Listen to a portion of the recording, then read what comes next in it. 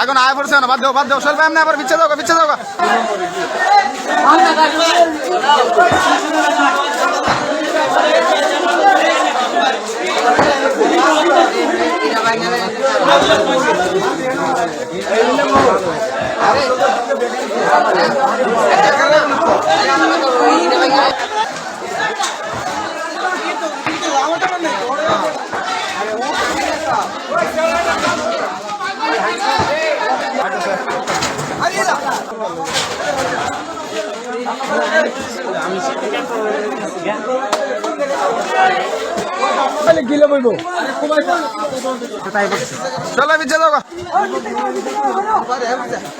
ভিত্তি কি আছে নি ধর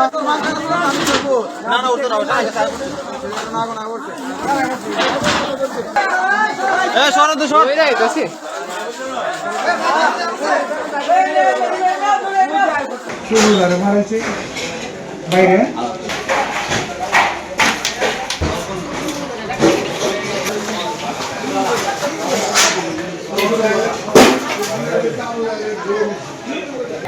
আর এটা সুন্দর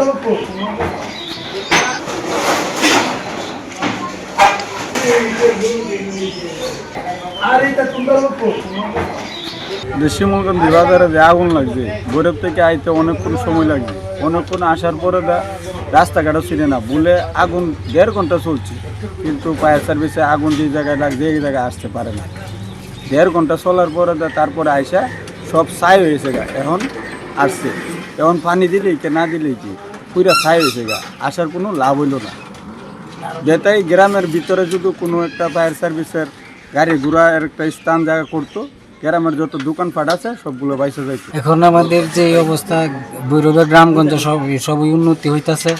এখন আমাদের যদি উপকার হইতো, আপনার এই একটা ফায়ার স্টেশন যদি ভৈরবে হইতো, তাহলে আমাদের গ্রামগঞ্জের অনেক উপকার হইতো। 3 গ্রাম 4 গ্রাম মিলে যদি একটা ফায়ার স্টেশন হইতো, তাহলে আমাদের গ্রামগঞ্জের অনেক উপকার হইতো। আমার বেকারি 30 জন কর্মচারী, 30টা পরিবার আমি যদি দাঁড়াতে পারি, 30টা পরিবার সুন্দর করে চলতে পারবে আমার উসিলার মাধ্যমে ইনশাআল্লাহ। সরকারের যদি কোনো অনুদান দেওয়া থাকে, আমি তাড়াতাড়ি আমি প্রতিষ্ঠানটা চালু করতে পারবো। হ্যাঁ, আমি মোহাম্মদ বশির আহমেদ, আমি এই বেকারির ম্যানেজারের দায়িত্বে আছি।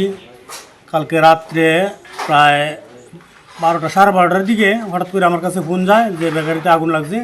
আমি আসলাম, আসার পরে জিজ্ঞাসা করি যে ফায়ার সার্ভিসে ফোন দেওয়া হয়েছে কি না। হ্যাঁ, ফোন দেওয়া হয়েছে। ফোন দেওয়ার পরে ওনারা যদি টাইম মতো আসতেন তাহলে অবশ্যই একটু সেভ হইতো। ওনারা আসছে 1:30 বাজে আসার কারণে আমাদের ক্ষয়ক্ষতিটা অনেক হয়েছে, প্রায় 20 লক্ষ টাকার মতন আমাদের হয়েছে। আর আশপাশ যারা আছে সব মিলে 50 লক্ষ টাকার মতন হবেই। আর বিশেষ করে হইল আমাদের যে কোনো কিছু নেওয়ার মতন, আপনারা তো দেখছেন কোনো কিছু নেওয়ার মতন নাই। আইসা দিকে সব তছনছ হয়ে গেছে, ঘরে ঢোকার মতনও পরিবেশ নাই। একটা জিনিস যে সেভ করবো, আমাদের সবচেয়ে কষ্ট লাগছে আমাদের স্টাফের গরিব অসহায় ছেলে, এদের মোবাইলটা পর্যন্ত নিতে পারে নাই। ওদের মোবাইল পর্যন্ত আগুনে পুরে সারকার হয়ে গেছে। মানে পরনের কাপড় ছাড়া দ্বিতীয় আর কোনো কিছু নিয়ে বাইরে হইতে পারে নাই।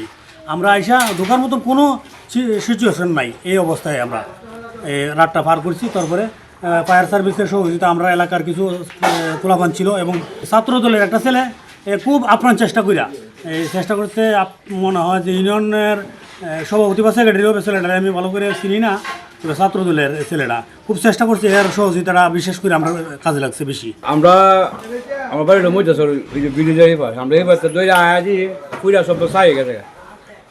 এরপরে বেকারি ফায়ার সার্ভিস আসছে আধা ঘন্টা পরে।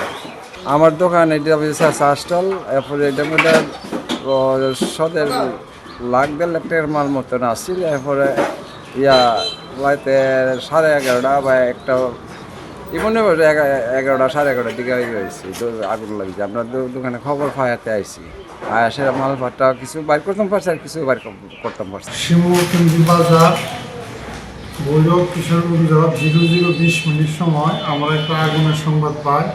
আগুনের সংবাদ পাওয়ার সাথে সাথে ভৈরবের 2য় কল গাড়ি পাম্পসহ জনবল সহ আমরা দ্রুত ঘটনাস্থলে পৌঁছার সাথে সাথে আগুনের কাজ শুরু করি।